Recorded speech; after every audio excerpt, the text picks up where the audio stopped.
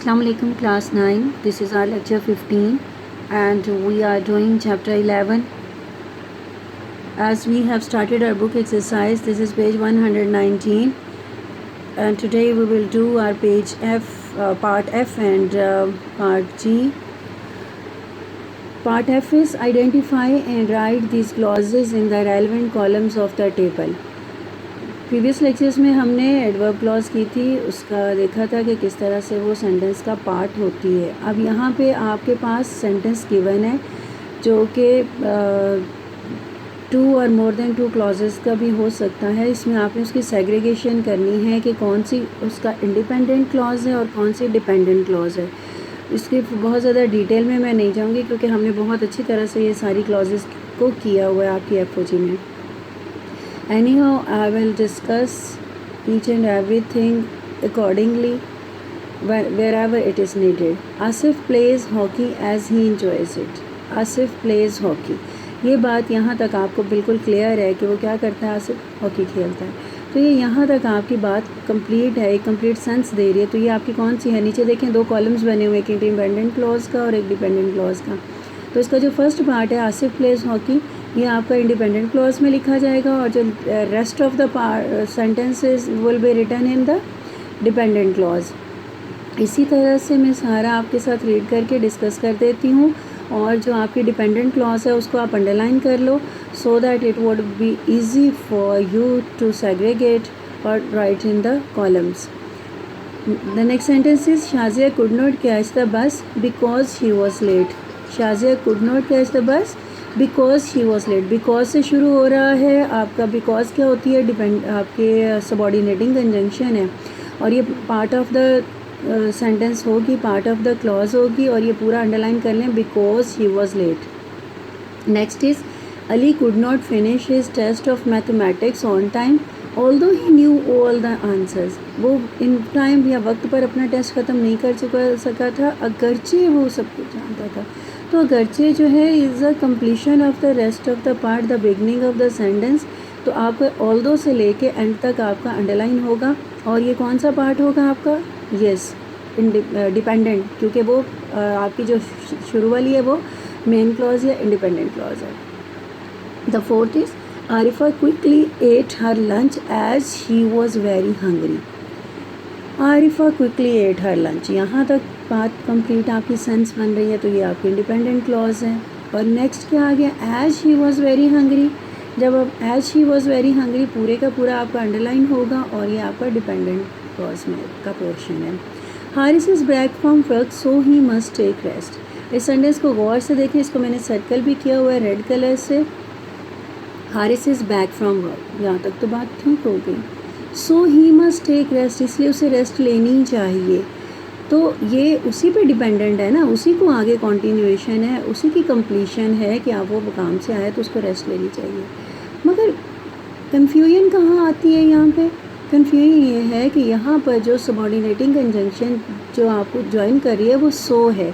तो समटाइम्स बच्चे यहाँ पे कंफ्यूज हो जाते हैं कि आपका फ़ैन बॉयज़ याद आया, fan boys foreign not but और येट सो। तो सो आपके कोऑर्डिनेटिंग कंजंक्शन में भी होता है, मगर यहाँ देखें, यहाँ सो बिकॉज के मीनिंग में आ रहा है। सो क्या कौन सा मीनिंग दे रहा है, बिकॉज के। इसके सामने आप लिख लें कि here so works as because, और वैसे भी उसके सेंटेंस की सेंस भी देखिए, so he must take rest. तो so he must take rest एक अलहदा से अगर आप सेंटेंस बोलोगे तो इसकी एक इनकम्प्लीट सेंस है, सेंस मस्ट बी कंप्लीट, ठीक है। और ये जो सो है ये बिकॉज के मीनिंग में आपके सबऑर्डिनेटिंग कंजंक्शन का पार्ट है। Next is you must work hard if you want to succeed in life. You must work hard, आपको मेहनत करनी चाहिए सख्त में। If you want to succeed in life, if से स्टार्ट होके पूरा आपका अंडरलाइन हो जाएगा। और आपको मालूम है कि इफ़ वाले जितने भी आपके कंडीशनल सेंटेंसेस होते हैं वो भी आपकी डिपेंडेंट क्लॉज ही होती है, इफ़ क्लॉज वाली जो है। Okay, understand it and then write it in relevant columns.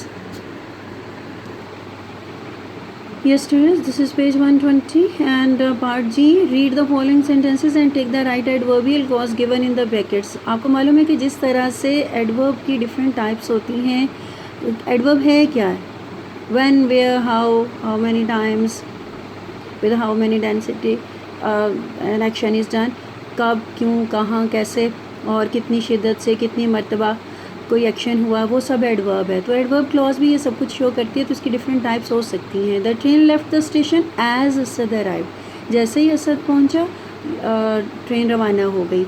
Adverbial clause of place या टाइम, दोनों में से आपने चूज़ करना है। यहाँ तो 2 ऑप्शंस हैं, मगर ये हमेशा आपको 4 ऑप्शंस में दिया जाएगा, इसलिए बी केयरफुल। तो यहाँ पे एज असद अराइव, जैसे ही असद पहुँचा, तो ये क्या चीज़ शो कर रही है? असद का पहुँचने का टाइम, तो ये एडवर्ब क्लॉज ऑफ टाइम है। दूसरा, you can put it wherever you like, wherever you like, जहाँ चाहे आप इसको रख सकते हैं। तो जहाँ चाहेगा किस चीज़ को शो कर रहा है? ऑब्वियसली प्लेस को, तो ये एडवर्बियल क्लॉज ऑफ प्लेस होगा। Third one is after the thief had stolen money he left the home quickly, after the leaf. अब यहाँ पे आप देखिए एडवर्बियल क्लॉज ऑफ टाइम ही ऑब्वियसली है, जब उसने रकम चुरा ली तो उसके बाद वो चला गया, चुरा लेने के बाद, तो ये टाइम शो कर रहा है। He was very pleased that you have passed, he was very pleased that you have passed, वो बहुत खुश था कि आप पास हो गए। एडवर्बियल क्लॉज ऑफ प्लेस या adverbial clause of reason, reason है उसके खुश होने की वजह, तो वजह क्या थी? That you have passed. और नेक्स्ट है he failed because he had not worked hard, वो फेल हो गया क्योंकि उसने, अब यहाँ बिकॉज है, बिकॉज और यूजुअली ये आपको रीज़न ही देता है। एडवर्बियल क्लॉज ऑफ रीज़न है ये भी।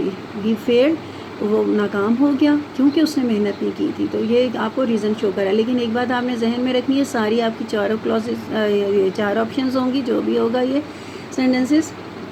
और दूसरी बात, ज़रूरी नहीं कि ये इस तरह से इस ऑप्शन फॉर्म में हो, समटाइम्स ये आपको वैसे ही, इनमें से भी आपके डिपेंडेंट और इंडिपेंडेंट क्लॉजेस को पूछा जा सकता है। आपके कंजंक्शंस के बारे में भी इसमें से क्वेश्चन हो सकता है कि कौन सी कंजंक्शन यूज़ हुई है अंडरलाइन दे के, तो इसलिए आपने हर सेंटेंस को हर तरह से असेस किए जाने के लिए रेडी करना है। Students, we will start our past papers today, as I have discussed about the verb correction. So we will start today. The first one is boys will dash to see the show. Boys will dash to see the show. Will show कर रहा है आपको कि ये future tense है, और future tense में आपका वर्ब कौन सा होना चाहिए? आपको ये मालूम है कि फ्यूचर टेंस में विल, शैल जो भी होगा उसके साथ आपका सिंपल में फर्स्ट फॉर्म ऑफ वर्ब होगी। तो आपके ऑप्शंस हैं गो, गोज़,